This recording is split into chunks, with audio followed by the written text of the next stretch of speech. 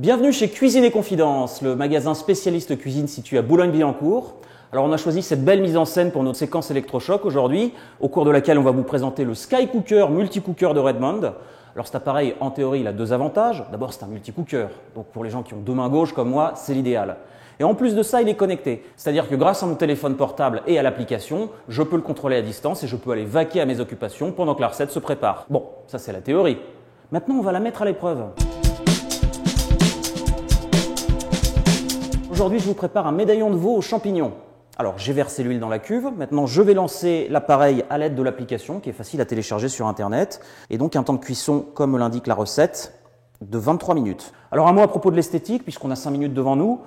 Cette esthétique, elle est très sympathique, noire, compacte, et puis surtout, l'appareil bénéficie d'une poignée qui permet de le déplacer très facilement dans la pièce. Alors, dans 5 minutes, je vais être amené à placer la viande dans la cuve.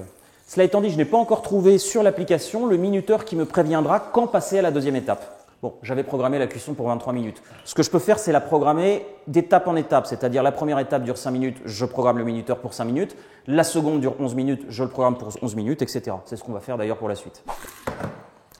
Voilà, alors je vais laisser cuire la viande pendant 8 minutes en la retournant de temps en temps. Alors je pourrais reprogrammer l'application pour qu'elle me prévienne dans 8 minutes. Enfin, comme je suis amené à la retourner de temps en temps, la viande, autant rester là et puis... On va verser le vin, le persil, l'ail et on va saler un petit peu. On va en profiter pour remuer également.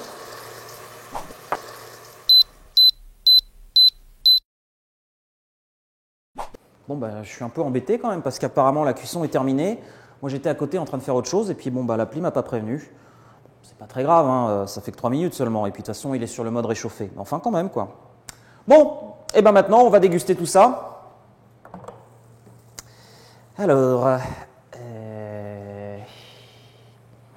Oui, mais alors là, c'est embêtant parce que j'ai rien pour prendre la cuve et apparemment, elle est brûlante. Tout à l'heure, je me suis déjà brûlé un petit peu. Alors, 3 options. A priori, première option, je me brûle au 3e degré. On va éviter. Deuxième option, je prends des gants pour sortir la cuve. Ou troisième option, je serre à même la cuve, le plat, qui incidemment a l'air délicieux. Bon, vous êtes d'accord avec moi, aucune de ces 3 options n'est vraiment satisfaisante. Tu veux ou tu veux pas? Je vais vous dire, c'est quand même super bon. C'est bien meilleur que ce que je peux préparer chez moi. Alors oui, j'achète. Parce que c'est un appareil pratique, facile à utiliser. Pour des gens qui, comme moi, ne savent pas très bien cuisiner, c'est parfait.